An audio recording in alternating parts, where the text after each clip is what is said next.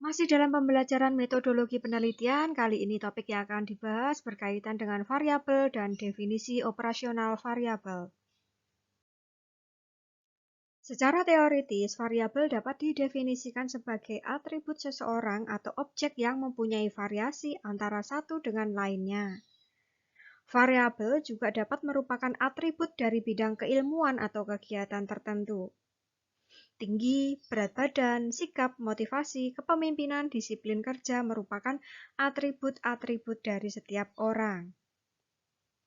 Nah, untuk pengontrolan mutu sistem informasi, penggunaan teknologi raharja multimedia edutainment, kemudian bahasa pemrograman Visual Basic, kemudian IT government, ini merupakan atribut teknologi informasi. Dinamakan variabel karena ada variasinya. Berat badan dapat dikatakan variabel karena berat badan sekelompok orang itu bervariasi antara satu orang dengan yang lainnya. Demikian pula motivasi, persepsi dapat juga dikatakan sebagai variabel karena misalnya persepsi dari sekelompok orang bisa bervariasi. Jadi kalau peneliti akan memilih variabel penelitian baik yang dimiliki oleh orang atau objek maupun bidang kegiatan dan keilmuan tertentu, maka harus ada variasinya. Dari pengertian di atas, maka dapat disimpulkan bahwa variabel penelitian adalah suatu atribut atau sifat atau nilai dari orang, objek atau kegiatan yang mempunyai variasi tertentu yang ditetapkan oleh peneliti untuk dipelajari dan kemudian ditarik kesimpulannya. Berdasarkan fungsinya, variabel dapat dikelompokkan ke dalam variabel bebas, variabel terikat, kemudian variabel moderator, kemudian variabel antara, dan variabel kontrol. Pertama ada variabel terikat atau dependent variable. Variabel ini adalah variabel yang dipengaruhi atau yang menjadi akibat karena adanya variabel bebas. Variabel terikat tidak dimanipulasi, melainkan diamati variasinya sebagai hasil yang diduga berasal dari variabel bebas. Biasanya variabel terikat adalah kondisi yang hendak kita jelaskan. Sebagai contoh dalam suatu studi, hubungan antara dua variabel berikut, yaitu korelasi antara kekuatan otot tungkai dengan jauhnya tendangan pemain sepak bola. Kemudian, korelasi antara kekuatan otot lengan dengan ketepatan servis pemain bola voli. Bertolak dari dua contoh di atas, peneliti bertanya, apa yang akan terjadi pada Y jika X dibuat lebih besar atau lebih kecil? Dalam hal ini, peneliti memandang Y sebagai variabel terikat, karena Y akan berubah sebagai akibat dari diubahnya X. Disebut dependent karena nilai Y akan berubah pada nilai variabel bebas atau X. Selanjutnya ada variabel bebas atau variabel independen yang biasa disebut juga sebagai variabel stimulus ataupun variabel prediktor. Variabel bebas merupakan variabel yang mempengaruhi atau yang menjadi sebab perubahannya atau timbulnya variabel dependent. Variabel bebas adalah variabel yang menjelaskan atau mempengaruhi variabel yang lain ya. Sedangkan variabel dependentnya atau variabel terikat adalah variabel yang dijelaskan atau yang dipengaruhi oleh variabel bebas. Contoh, di sini ada suatu riset yang bertujuan untuk menguji pengaruh biaya promosi terhadap pendapatan suatu produk deterjen. Di sini terdapat satu variabel independen yaitu biaya promosi. Variabel bebasnya adalah biaya promosi. Kemudian satu variabel terikat yaitu pendapatan.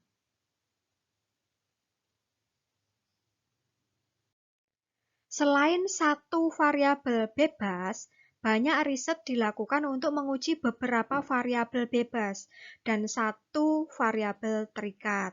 Misal, Riset yang ditujukan untuk menguji pengaruh biaya promosi, biaya distribusi, dan biaya produksi terhadap pendapatan.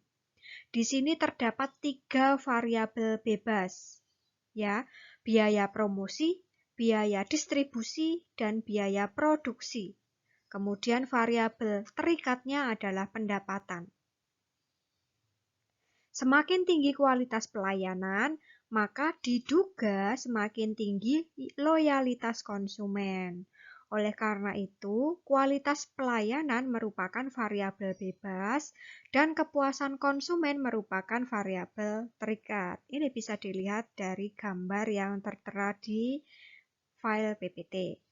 Korelasi antara kualitas pelayanan dan kepuasan konsumen. Kualitas pelayanan sebagai variabel bebas, kemudian loyalitas konsumen sebagai variabel terikat. Ini contoh untuk variabel bebas dan variabel terikat. Selanjutnya adalah variabel moderator atau moderating variable. Di sini adalah variabel yang mempengaruhi hubungan antara variabel bebas dan variabel terikat. Misal, suatu teori menyatakan bahwa kualitas pelayanan akan mempengaruhi loyalitas konsumen. Pengaruh kualitas pelayanan terhadap loyalitas konsumen akan bervariasi berdasarkan faktor demografik, misalkan pendidikan atau pendapatan. Ini sebagai variabel moderating. Bisa dilihat di gambar. Ada variabel bebas berupa kualitas pelayanan, kemudian faktor demografik, ini bisa pendidikan maupun pendapatan adalah variabel moderating atau variabel moderatornya, kemudian variabel terikat adalah loyalitas konsumen. Selanjutnya ada variabel kontrol. Menurut Darmadi 2011, variabel kontrol adalah variabel yang dikendalikan, sehingga tidak mempengaruhi variabel bebas dan variabel terikat. Jadi yang dimaksud dengan variabel kontrol adalah variabel yang diusahakan untuk dinetralisasi oleh peneliti. Dampak variabel kontrol atau variabel kendali ini dilakukan dengan cara melakukan eliminasi atau pembatasan, menyamakan kelompok, dan randomisasi atau pengacakan. Selanjutnya ada variabel antara atau variabel intervening. Di sini merupakan variabel yang berada di antara variabel bebas dan variabel terikat. Sehingga sebelum variabel bebas mempengaruhi variabel terikat, terlebih dahulu akan melalui variabel intervening atau variabel antara. Variabel antara adalah variabel yang mempengaruhi hubungan langsung antara variabel independen dan variabel dependen, sehingga terjadi hubungan yang tidak langsung. Artinya, variabel antara merupakan variabel yang terletak di antara variabel dependen dan variabel independen, sehingga variabel independen tidak langsung menjelaskan atau mempengaruhi variabel dependen. Sebagai contoh misalnya penelitian yang menguji pengaruh variabel moderating, yaitu faktor demografi terhadap korelasi antara kualitas pelayanan, kepuasan konsumen, dan loyalitas konsumen. Di sini ada hubungan antara kualitas pelayanan, faktor demografi, kepuasan konsumen, dan loyalitas konsumen. Model-model korelasi antar variabel masih dapat dikembangkan lagi sesuai dengan paradigma riset yang ada di benak peneliti itu sendiri. Untuk dapat menentukan kedudukan variabel bebas, variabel terikat, variabel moderator, variabel antara, atau variabel yang lainnya, harus dilihat konteksnya dengan dilandasi konsep teoritis yang mendasari maupun hasil dari pengalaman empiris. Untuk itu, sebelum peneliti memilih variabel apa yang akan diteliti, perlu melakukan kajian teoritis dan melakukan studi pendahuluan terlebih dahulu pada objek yang akan diteliti. Jangan sampai terjadi membuat rancangan penelitian dilakukan di belakang meja dan tanpa mengetahui terlebih dahulu permasalahan yang ada di objek penelitian. Selanjutnya ada definisi operasional variabel atau DOV. Definisi operasional variabel adalah suatu dimensi yang diberikan pada suatu variabel dengan memberikan arti atau menspesifikkan kegiatan atau membenarkan suatu operasional yang diperlukan untuk mengukur variabel tersebut. Ini menurut Sugiono tahun 2014. Di sini ada contoh definisi operasional variabel dari variabel umur dan stres. Umur di sini adalah usia responden yang dihitung sejak tanggal lahir sampai dengan waktu penelitian yang dinyatakan dalam tahun. Misalkan 20 tahun, 29 tahun, 31 tahun, atau 40 tahun, dan seterusnya. Kemudian variabel stres. Ini adalah respon dari kondisi yang terjadi ketika individu merasa tertekan karena ketidakmampuannya menyesuaikan diri dengan tuntutan yang diberikan kepadanya. Ini menurut Mahbubah 2008. Selanjutnya di sini masih contoh definisi operasional variabel. Biasanya format penulisannya di sini ada nomor, kemudian nama variabel, kemudian keterangan atau definisi operasional variabel, kemudian ada skala data dan kategori. Di sini kalau biasanya di penelitian kuantitatif dicantumkan skala data dan kategorinya. Contoh, untuk variabel sikap, nanti definisinya apa, kemudian skala data ordinal. Di sini menggunakan skala Likert. Sangat setuju, setuju, netral, kurang setuju, atau sangat tidak setuju. Ini untuk variabel sikap. Contoh. Kemudian ada variabel usia atau umur. Ini definisinya apa? Seperti yang di depan tadi ada variabel umur. Skala data bisa rasio, bisa interval. Rasio kalau nanti penulisannya langsung dalam bentuk angka. 30 tahun, 50 tahun, 40 tahun, dan seterusnya. Usia dari responden tersebut dituliskan dalam bentuk angka, tidak dikategorikan.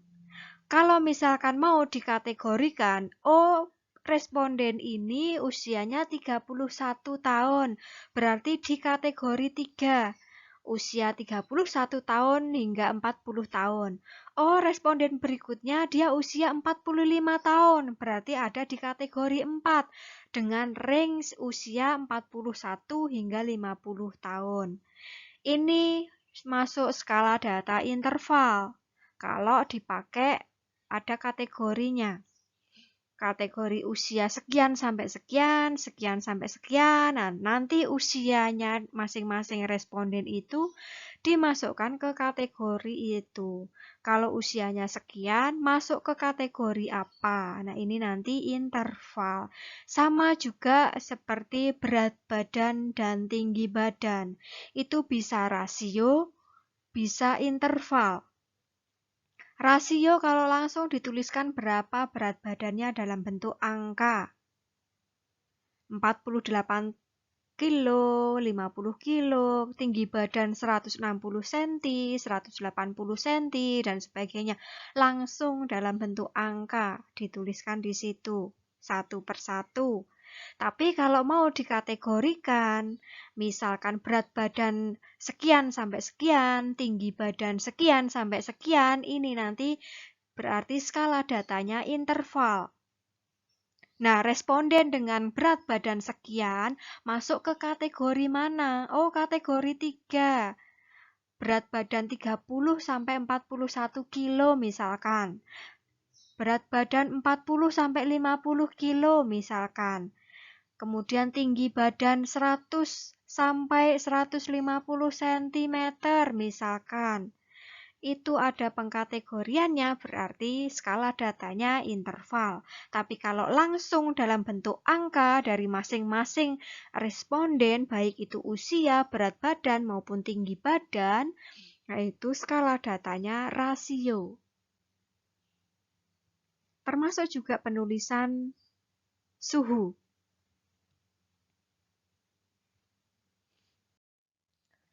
Suhu 0 derajat, suhu 17 derajat, 30 derajat. Nah, ini termasuk ke skala data rasio suhu. Dan variabel yang lainnya masih banyak. Kemudian ada tingkat pendidikan. Tingkat pendidikan, jabatan, ini adalah skala data ordinal. Ada tingkatan. Ada jenjang pendidikan, ada tingkatan pendidikan yang ditempuh oleh responden. SD, SMP, SMA, perguruan tinggi. Ya, ini karena ada tingkatannya. Nggak mungkin SD disamakan dengan SMP, ini beda.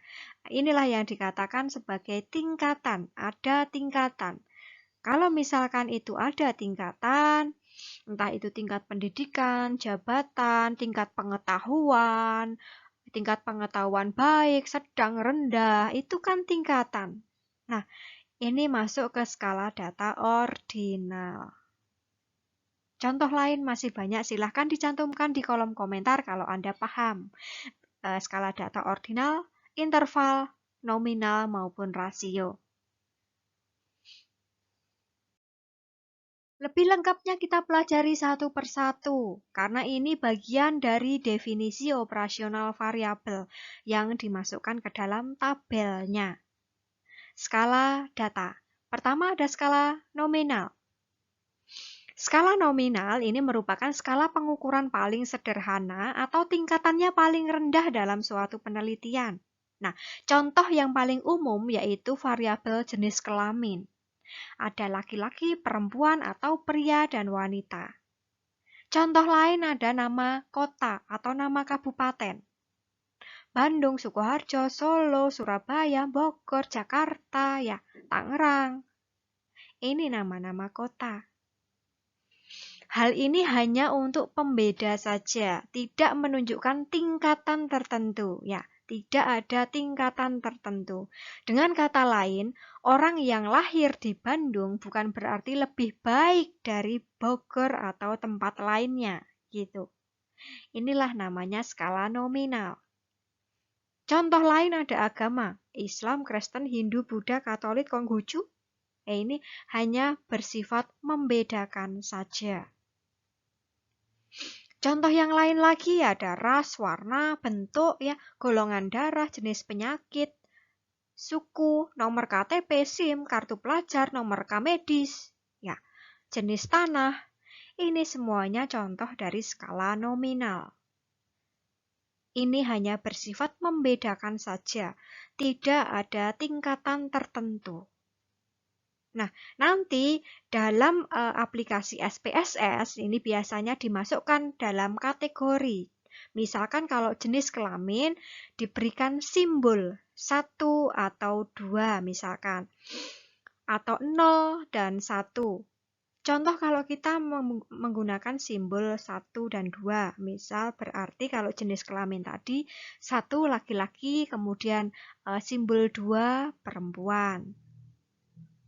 Ya, biasanya ini kalau diberikan simbol ini hanya sebagai pembeda saja. Simbol angka 1 untuk laki-laki misalkan, kemudian jenis kelamin perempuan diberi simbol 2 atau 0. Nah, simbol angka di sini hanya untuk membedakan saja, tidak menunjukkan bahwa 1 lebih besar dari 0 dan sebagainya. Ini tidak, ya. Itu. Selanjutnya ada skala ordinal. Nah, skala ordinal ini merupakan skala pengukuran yang sudah menyatakan peringkat antar tingkatan. Jarak atau interval antar tingkatan juga tidak harus sama. Skala ordinal ini memiliki tingkatan yang lebih tinggi daripada skala nominal, karena skala ini tidak hanya menunjukkan kategori saja, tapi juga menunjukkan tingkatan atau peringkat. Dalam skala ordinal, objek atau kategorinya disusun berdasarkan urutan tingkatannya, dari tingkat rendah ke tingkat tertinggi atau sebaliknya. Contoh, pada variabel sikap seseorang terhadap suatu pernyataan. Sikap tersebut bisa berupa sangat setuju, setuju, biasa saja, tidak setuju, kurang setuju, atau sangat tidak setuju. Pada variabel sikap ini, dari sangat setuju hingga sangat tidak setuju menunjukkan kategori dan memiliki tingkatan. Di dalam sebuah penelitian, kategori tersebut bisa disimbolkan dengan angka. Misal, angka 5 untuk sangat setuju, angka 4 untuk setuju, angka 3 untuk netral atau biasa saja, angka 2 untuk tidak setuju, dan angka 1 untuk sangat tidak setuju. Contoh selanjutnya, misal dalam variabel nilai. Nilai mata kuliah tertentu dalam bentuk huruf ya. Ada A, B, C, D, E. Nah, pada nilai ini menunjukkan tingkatan bahwa nilai A lebih baik atau lebih besar dari B dan seterusnya. Contoh lain ada tingkat pendidikan, jabatan, pemeringkatan juara 1, 2, 3, dan seterusnya, tingkat kekayaan, tingkat keparahan penyakit, tingkat kesembuhan, derajat keganasan kanker, ini juga masuk ke dalam skala ordinal. Selanjutnya adalah skala interval. Nah, skala interval merupakan skala pengukuran yang bisa digunakan untuk menyatakan peringkat untuk antar tingkatan. Jarak atau interval antar tingkatan pun sudah jelas, hanya saja tidak memiliki nol mutlak. Contoh, ini contoh yang paling umum pada skala interval adalah suhu. Misalkan suatu ruangan memiliki suhu 0 derajat. Ini bukan berarti bahwa ruangan tersebut tidak ada suhunya. Angka 0 derajat di sini merupakan suhu. Hal ini dikarenakan pada skala interval 0 bukanlah nilai yang mutlak. Contoh selanjutnya adalah jam 00. Bukan berarti waktunya kosong atau tidak ada nilainya karena pukul 00 sendiri sama dengan jam 12 malam. Contoh yang lain berkaitan dengan skala interval di luar dari contoh ini adalah misalkan tinggi badan, berat badan, maupun usia. Kalau kita buat dalam bentuk interval, range, ada range-nya. Sekian sampai sekian, kemudian tinggi badan sekian sampai sekian, berat badan sekian sampai sekian, ini termasuk dalam skala interval juga. Terakhir ada skala rasio. Nah, skala rasio adalah skala pengukuran yang ditujukan pada hasil pengukuran yang bisa dibedakan, diurutkan, memiliki jarak tertentu, dan bisa dibandingkan. Skala rasio merupakan tingkatan skala paling tinggi dan paling lengkap dibanding skala-skala lainnya. Jarak atau interval antar tingkatan sudah jelas dan memiliki nol mutlak. Nilai nol mutlak berarti benar-benar menyatakan tidak ada. Contoh, misal tinggi badan Agung 190 cm, sedangkan tinggi badan Fatinson adalah 95 cm. Pada situasi ini dapat dikatakan bahwa jarak tinggi badan Fatinson dengan Agung adalah 95 cm. Bisa juga dikatakan bahwa tinggi badan Agung 2 kali dari tinggi badan Fatinson. Gitu. Contoh kedua, misal nilai ujian Tono 50 sedangkan nilai Tony 100. Ukuran rasionya dapat dinyatakan bahwa nilai Tony adalah 2 kali dari nilai Tono. Nah, untuk contoh yang lainnya di skala rasio ini ada waktu yang menunjukkan pukul berapa, kemudian panjang, tinggi, berat badan, berat barang, usia, kadar zat dalam makanan tertentu misalkan, dan jumlah sel tertentu, ataupun dosis obat dan variabel-variabel yang lainnya yang bisa dimasukkan ke dalam skala rasio masih banyak. Selanjutnya di sini ada flowchart untuk menentukan skala pengukuran variabel. Apakah data bisa diurutkan? Jika tidak, berarti masuk ke skala nominal. Tapi bila data bisa diurutkan, ya berarti masuknya ke skala ordinal. Cuma di sini, apakah jarak antar data ini sama? Jika tidak, berarti masuknya skala ordinal. Tapi jika jarak antar data ini sama, berarti masuknya ke skala data interval. Kemudian, apakah terdapat nilai nol mutlak? Jika tidak ada nilai nol mutlak, berarti masuk ke skala data interval. Namun, bila ada nilai nol mutlak, berarti masuknya ke skala rasio.